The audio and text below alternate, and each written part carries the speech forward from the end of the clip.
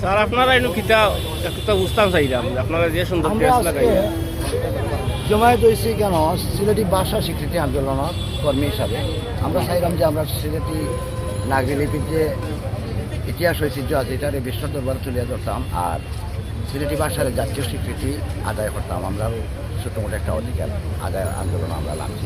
আন্দোলন বলতে এটা আলহামদুলিল্লাহ এটা সুন্দর একটা উদ্যোগ, আসলে এটা খুবই জরুরি। আমি আসলে সিলেটি ভাষা দেখো কই যে আপনারা গেঞ্জিত এই যে নাগরি লিপিগুলা যে সুন্দর করে সেটিং আছে, কিন্তু অনেকে কইরা যেগুলো বুঝলাম না, কিন্তু অথচ আমরা সিলেটি মানুষ। তো আমরা জন্য এটা খুবই দুঃখজনক একটা বিষয় যে আমরা সিলেটি মানুষ হওয়া সত্ত্বেও কিন্তু আমরা ভাষা বুঝতেছি না। এটা দাবি আসলে 100% এটা দাবি আপনারা করা। তো আমরা ওই আরেকজন ভাই আছেন তাদের কাছে সিলেটি এই বর্ণমালার বিষয়ে যে আপনি একটু আপনার অভিমতটা প্রকাশ করেন। তো সিলেটি আলাদা যে স্বতন্ত্র একটা ভাষা আছে, একটা বর্ণমালা আছে, লিপি আছে। এখন সিলেটি হিসাবে একটা জানার পরে নিজরে গর্বিত বোধ করলাম।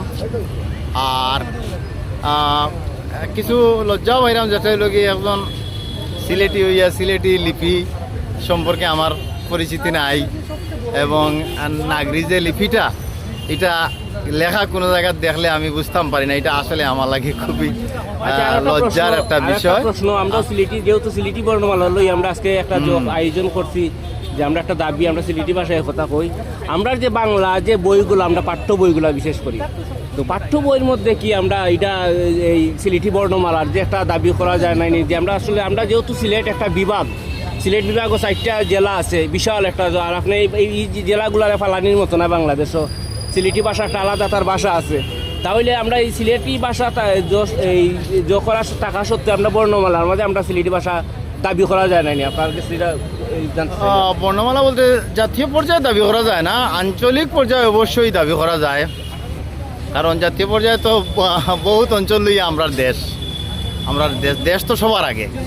তবে সিলেটি হিসাবে এবং সিলেটর অঞ্চলের বাসিন্দা হিসাবে আমরা এই জিনিসটা যাতে বিলুপ্ত না হয় এবং সম্মানের সাথে এটা আমরা দেশও এবং বিদেশও এটা মূল্যায়ন হয়, তার লাগে যতটুকু করার আমি মনে করি আমরার পক্ষ থাকি বা রাষ্ট্রের পক্ষ থাকি উদ্যোগ নেওয়াটা দরকার। ধন্যবাদ।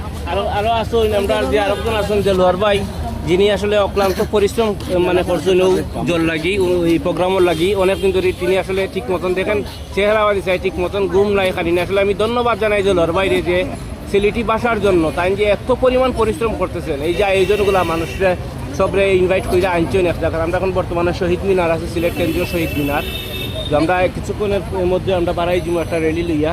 তো দেলোয়ারবাইর মুখ থেকে শুনতে চাইলাম যে আপনার এই আজকের আয়োজনের বিষয়ে আপনি একটু জানাও আমরা রেখিটা। আজকের আয়োজনের মূল উদ্দেশ্য হলো আমাদের সিলেটি প্রাচীন একটি ভাষা এবং বাংলাদেশের একমাত্র নিজস্ব বর্ণমালা সমৃদ্ধ ভাষা।